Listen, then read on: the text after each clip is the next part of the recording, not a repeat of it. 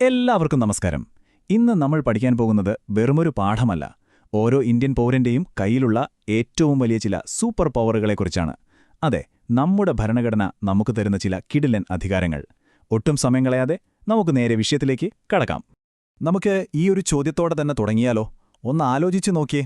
നിങ്ങൾക്ക് പറയാനുള്ള ഒരു കാര്യം, നിങ്ങളുടെ അഭിപ്രായ സ്വാതന്ത്ര്യം ഗവൺമെന്റ് തടഞ്ഞു എന്ന് വയ്ക്കുക. നിങ്ങൾക്ക് ഗവൺമെന്റിനെതിരെ കേസ് കൊടുക്കാൻ പറ്റുമോ? എന്താ തോന്നുന്നത്? ഉത്തരം ഇതാണ്: തീർച്ചയായും കഴിയും. അത് നിങ്ങളുടെ അവകാശമാണ്. അതിനുള്ള അധികാരം നമുക്ക് തരുന്നത് ആരാണെന്നറിയാമോ? നമ്മുടെ ഭരണഘടന തന്നെയാണ്. അപ്പോൾ ഈ പവർ എവിടെ നിന്നാണ് വരുന്നത്? അതാണ് നമ്മളിന്ന് ഡീറ്റെയിൽ ആയിട്ട് പഠിക്കാൻ പോകുന്നത്. അതെ, നമ്മൾ സംസാരിക്കുന്നത് നമ്മുടെ മൗലിക അവകാശങ്ങളെക്കുറിച്ചാണ്. Fundamental rights. എന്താണ് ഈ അവകാശങ്ങൾ? എവിടെയാണ് ഇതിനെപ്പറ്റി പറയുന്നത്? എന്തുകൊണ്ടാണ് ഇവയ്ക്ക് ഇത്രയധികം പവർ? നമുക്ക് ഓരോന്നായിട്ട് നോക്കാം. ശ്രദ്ധിച്ചു കേൾക്കണേ, ഇത് പരീക്ഷയിലെ ഒരു ഷുവർ ഷോട്ട് ചോദ്യമാണ്. നമ്മുടെ മൗലികാവകാശങ്ങളെക്കുറിച്ച് പറയുന്നത് ഇന്ത്യൻ ഭരണഘടനയുടെ പാർട്ട് 3ലാണ്. ഏത് പാർട്ടിലാണ്? പാർട്ട് 3. ആർട്ടിക്കിൾ 12 മുതൽ 35 വരെയാണ് ഇതിനെക്കുറിച്ച് വിശദീകരിക്കുന്നത്. ഇതിന് വലിയ പ്രാധാന്യമുള്ളതുകൊണ്ട് ഭരണഘടനയുടെ ഈ ഭാഗത്തെ ഇന്ത്യയുടെ മാഗ്ന കാർട്ട എന്നാണ് വിളിക്കുന്നത്. അപ്പോൾ 3 പോയിന്റ്സ്: പാർട്ട് 3, ആർട്ടിക്കിൾ 12 മുതൽ 35 വരെ, പിന്നെ ഇന്ത്യയുടെ മാഗ്ന കാർട്ട. ഇത് മറക്കല്ലേ. ശരി, ഈ സൂപ്പർ പവറുകൾക്ക് ഒരു ഒറിജിൻ സ്റ്റോറിയുണ്ട് കേട്ടോ. ഇത് അങ്ങനെയങ്ങ് ആകാശത്തുനിന്ന് പൊട്ടി വീണതൊന്നുമല്ല. ഇതിന് പിന്നിലൊരു വലിയ ചരിത്രമുണ്ട്. നമുക്ക് ആ കഥ എന്താണെന്ന് നോക്കിയാലോ? ഈ മൗലികാവകാശങ്ങൾ എന്ന ആശയം നമ്മൾ കടമെടുത്തത് അമേരിക്കൻ ഭരണഘടനയിൽ നിന്നാണ്. അവിടെ ഇതിനെ ബിൽ ഓഫ് റൈറ്റ്സ് എന്നാണ് പറയുന്നത്. അപ്പോൾ പരീക്ഷയ്ക്ക് ചോദ്യം വരാം: മൗലികാവകാശങ്ങൾ എന്ന ആശയം ഏത് രാജ്യത്തിന്റെ ഭരണഘടനയിൽ നിന്നാണ് ഇന്ത്യ സ്വീകരിച്ചത്? ഉത്തരം സിമ്പിളാണ്: USA. ഇന്ത്യയിൽ ഈ അവകാശങ്ങൾക്ക് വേണ്ടിയുള്ള ആവശ്യം തുടങ്ങിയത് നമ്മുടെ സ്വാതന്ത്ര്യ സമര കാലഘട്ടത്തിലാണ്. 1927 മദ്രാസ് കോൺഗ്രസ് സമ്മേളനത്തിലാണ് ആദ്യമായി ഈ ആവശ്യം മുന്നോട്ട് വയ്ക്കുന്നത്. പിന്നെ 1928 മോത്തിലാൽ നെഹ്റു ഒരു റിപ്പോർട്ടുണ്ടാക്കി. അതിൽ ഇതിൻ്റെ ഒരു ലിസ്റ്റുണ്ടായിരുന്നു.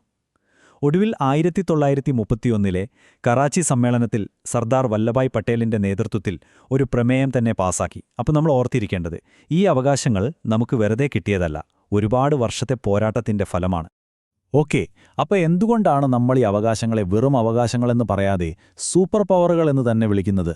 സാധാരണ നിയമങ്ങളിൽ നിന്ന് ഇവയെ വ്യത്യസ്തമാക്കുന്ന ആ ഒരു എക്സ് ഫാക്ടർ എന്താണ്? നമുക്ക് അവയുടെ പ്രത്യേകതകൾ നോക്കാം. ഇപ്പോൾ പറയാൻ പോകുന്നത് ഇതിലെ ഏറ്റവും പ്രധാനപ്പെട്ട പോയിന്റാണ്. മൗലികാവകാശങ്ങൾ ജസ്റ്റിഷ്യബിളാണ്. ഈ വാക്ക് കേട്ട് പേടിക്കേണ്ട, സിമ്പിളാണ്. അതായത്, നിങ്ങളുടെ ഏതെങ്കിലും ഒരു മൗലികാവകാശം ലംഘിക്കപ്പെട്ടാൽ നിങ്ങൾക്ക് താഴേക്കോട്ടുള്ള കോടതികളിലൊന്നും പോകണ്ട, നേരെ ഡയറക്റ്റായി ഹൈക്കോടതിയിലോ അല്ലെങ്കിൽ രാജ്യത്തെ ഏറ്റവും വലിയ കോടതിയായ സുപ്രീം കോടതിയിലോ പോകാം. ഇതൊരു ഡയറക്റ്റ് ഹെൽപ്പ് ലൈൻ പോലെയാണെന്ന് ഓർത്താൽ മതി. അപ്പോൾ ഇതെങ്ങനെയാണ് വർക്ക് ചെയ്യുന്നത്? വളരെ സിമ്പിൾ. 3 സ്റ്റെപ്പുകൾ. 1, നിങ്ങളുടെ ഒരു മൗലിക അവകാശം ആരെങ്കിലും ലംഘിച്ചു. 2, നിങ്ങൾ ഉടൻ തന്നെ നേരെ സുപ്രീം കോടതിയെയോ ഹൈക്കോടതിയെയോ സമീപിക്കുന്നു. 3, കോടതി ഇടപെട്ട് നിങ്ങളുടെ അവകാശം നിങ്ങൾക്ക് തിരികെ വാങ്ങിത്തരുന്നു. കണ്ടില്ലേ? ഇത്ര സിമ്പിളും പവർഫുള്ളുമാണ് ഈ സിസ്റ്റം. ഇനി കുറച്ച് കണ്ടീഷൻസ് ഉണ്ട് കേട്ടോ. ഈ അവകാശങ്ങൾ അൺലിമിറ്റഡ് ഒന്നുമല്ല. ഗവൺമെന്റിന് ചില യുക്തിസഹമായ നിയന്ത്രണങ്ങൾ വയ്ക്കാൻ പറ്റും. അതുപോലെ ഒരു നാഷണൽ എമർജൻസി അല്ലെങ്കിൽ ദേശീയ അടിയന്തരാവസ്ഥ വന്നാൽ ഈ അവകാശങ്ങൾ താൽക്കാലികമായി റദ്ദ് ചെയ്യപ്പെടാം. പക്ഷേ ഇവിടെയാണ് ഏറ്റവും വലിയ ട്വിസ്റ്റ്. ശ്രദ്ധിച്ചു കേട്ടോളൂ. എന്ത് സംഭവിച്ചാലും അടിയന്തരാവസ്ഥയിൽ പോലും ആർട്ടിക്കിൾ 20ഉം 21ഉം റദ്ദ് ചെയ്യാൻ ആരെക്കൊണ്ടും പറ്റില്ല.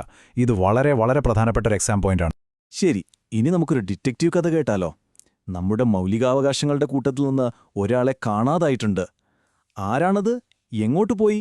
നമുക്കൊന്ന് അന്വേഷിക്കാം. തുടക്കത്തിൽ നമ്മുടെ ഭരണഘടന നിലവിൽ വന്നപ്പോൾ നമുക്ക് 7 മൗലിക അവകാശങ്ങളാണുണ്ടായിരുന്നത്. 7 സൂപ്പർ ഹീറോകളുള്ള ഒരു ടീം പോലെ. എന്നാൽ ഇന്ന് നമുക്ക് എത്ര എണ്ണം ഉണ്ട്? വെറും 6 എണ്ണം മാത്രം. അപ്പോൾ എന്റെ ചോദ്യം ഇതാണ്: ആ 7ാമത്തെ ആൾക്ക് എന്തുപറ്റി? എവിടെ പോയി അവകാശം? ആ കാണാതായ അവകാശം വേറെ ആരുമായിരുന്നില്ല.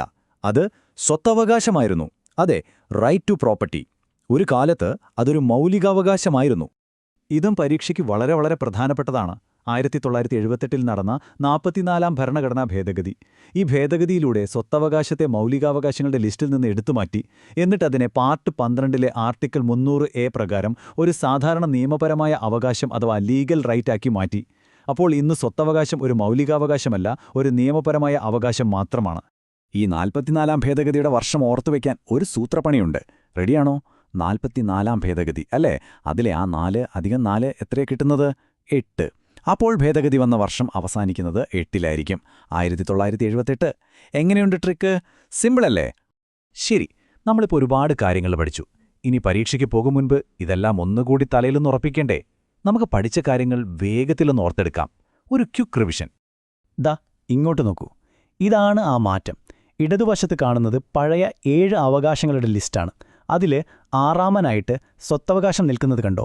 ഇനി വലതുവശത്തുള്ള ഇന്നത്തെ ലിസ്റ്റ് നോക്കൂ. അതിലാകെ 6 എണ്ണമേ ഉള്ളൂ. സ്വത്തവകാശം ആ ലിസ്റ്റിൽ നിന്ന് ഔട്ടായി. ശരി, ഒരു റാപ്പിഡ് ഫയർ റൗണ്ട് ആയാലോ? ഞാൻ ചോദിക്കും, നിങ്ങൾ മനസ്സിൽ ഉത്തരം പറയണം. റെഡി? മൗലികാവകാശങ്ങൾ ഏത് ഭാഗത്താണ്? ഭാഗം 3. ഏതൊക്കെ ആർട്ടിക്കിളുകൾ? 12 മുതൽ 35 വരെ. ഏത് അവകാശമാണ് നീക്കം ചെയ്തത്? സ്വത്തവകാശം. ഏത് ഭേദഗതിയിലൂടെ? 44-ാം ഭേദഗതി 1978. നിങ്ങൾക്കെല്ലാ ഉത്തരവും കിട്ടിയെങ്കിൽ ഈ ടോപ്പിക് നിങ്ങൾ സെറ്റാക്കി. പോകുന്നതിനു മുമ്പ് ഒരു കാര്യം കൂടി ആലോചിക്കാം. ഒരു ലീഗൽ റൈറ്റും ഒരു ഫണ്ടമെന്റൽ റൈറ്റും തമ്മിലുള്ള യഥാർത്ഥ വ്യത്യാസം എന്താണ്? ഒന്ന്, സാധാരണ നിയമം വഴി സംരക്ഷിക്കപ്പെടുന്നു. മറ്റേതിന് ഇന്ത്യൻ ഭരണഘടന തന്നെയാണ് ഗ്യാരണ്ടി. യഥാർത്ഥ ജീവിതത്തിൽ ഇവയുടെ ശക്തിയിലുള്ള വ്യത്യാസം എത്ര വലുതായിരിക്കും? ഇതിനെക്കുറിച്ചൊന്ന് ചിന്തിച്ചു നോക്കൂ. അടുത്ത വിഷയവുമായി നമുക്ക് വീണ്ടും കാണാം.